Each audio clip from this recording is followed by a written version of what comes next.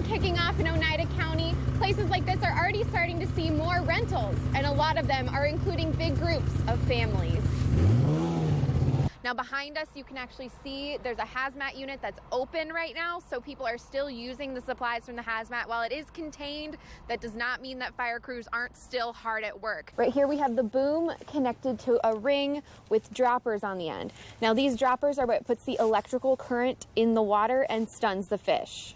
While he might be hard to miss, it's actually the good snow on the trails and the good ice on the lake that's really been bringing a lot of tourists up to Minocqua. I'm going to go around here so that we can zoom in and really see what's going on. Right now you see the Wood County tactical vehicle. That's the big one right in the back. And then you can see there's a series of squad cars, and then the Marshfield Police tactical vehicle is in front. Just a real life safety story. While we were setting up today, we did see a car that was in the ditch being brought out by law enforcement. So there definitely are people out on the roads, and we really need you to slow it down and really try and stay safe. The Red Door family farm was built from scratch. When they bought their land in Athens, it was an empty field that didn't even have a driveway. But now they've built a home and farmed 12 acres of organic vegetables.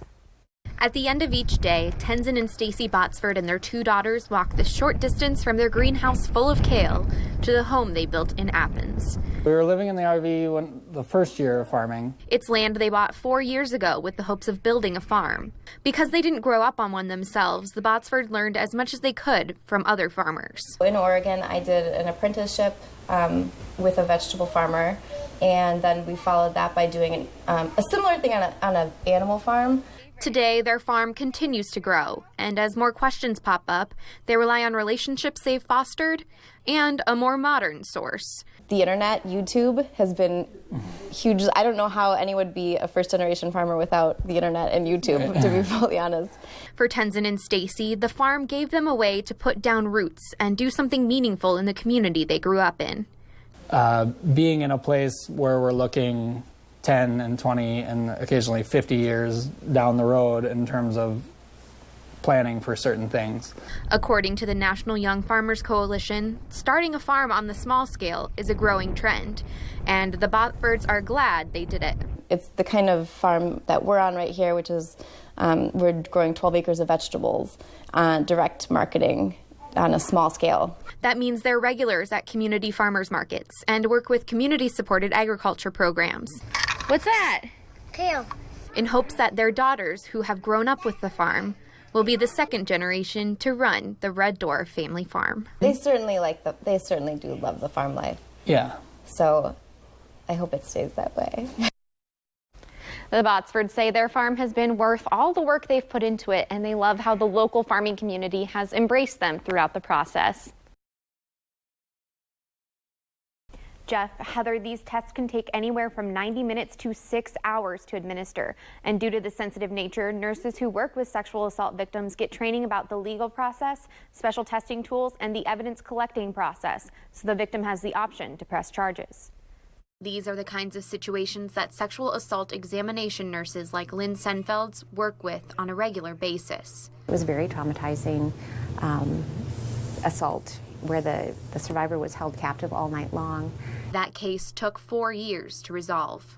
You really take care in providing the service to the victims. Their job is a combination of nursing skills and special training for evidence that could someday go to court. And this would fluoresce biologicals. It would fluoresce that area, and then we would know to swab and collect potential DNA from those areas as well. Senfelds and other SANE nurses make sure the patient doesn't have any dangerous injuries. Then everything is documented to be sent to the lab. And there's a detailed examination, history of the sexual assault and medical forensic examination. The nurses do all they can to keep the survivor comfortable throughout the traumatic process. There is nothing that we'll do that is uncomfortable for the person. They always have an option to move forward or to skip a step if it's uncomfortable. But no matter how many cases they see, it's never easy for the nurses. It is very difficult. Sometimes you lose sleep when you go home and you worry that you missed a step, or you really want to feel that you're providing the best care possible. There are currently 26 untested kits at just the Wausau Police Department, and there's no clear timeline as to when they will get tested. Important and difficult job. Emma Henderson live in the studio. Thank you. This is the part you're going to squeeze, okay? John Truell is learning how to bake from his mom, Patricia, in a business she hopes he can one day own and operate by himself. Yeah, I want him to run this shop by himself. Yeah.